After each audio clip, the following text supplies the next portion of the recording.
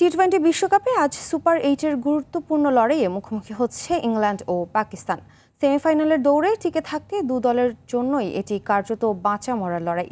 নেপালের বিপক্ষে কষ্টার্জিত জয় দিয়ে বিশ্বকাপ মিশন শুরু করে ইংল্যান্ড। এরপর স্কটল্যান্ড, ইতালি ও শ্রীলঙ্কাকে হারালেও স্পষ্ট হয়ে উঠেছে ইংলিশদের ব্যাটিং দুর্বলতা। গ্লিটারের টুইন লেমন ও অ্যান্টিব্যাকটেরিয়াল ফর্মুলা বাসনকে চকচকে জীবাণুমুক্ত করে আমাদের দেয় গ্লিটার গ্যারান্টি। বড় স্কোর গড়তে না পারা এবং টপ অর্ডারের অনিয়মিত পারফরম্যান্স ভাবাচ্ছে হ্যারি ব্রুকের দলকে। অন্যদিকে পাকিস্তান শিবিরেও ধারাবাহিকতার অভাব প্রকট।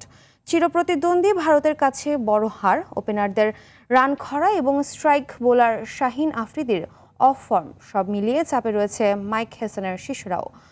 পাল্লে কেলেতে ম্যাচটি শুরু হবে সন্ধ্যা 7:30টায়।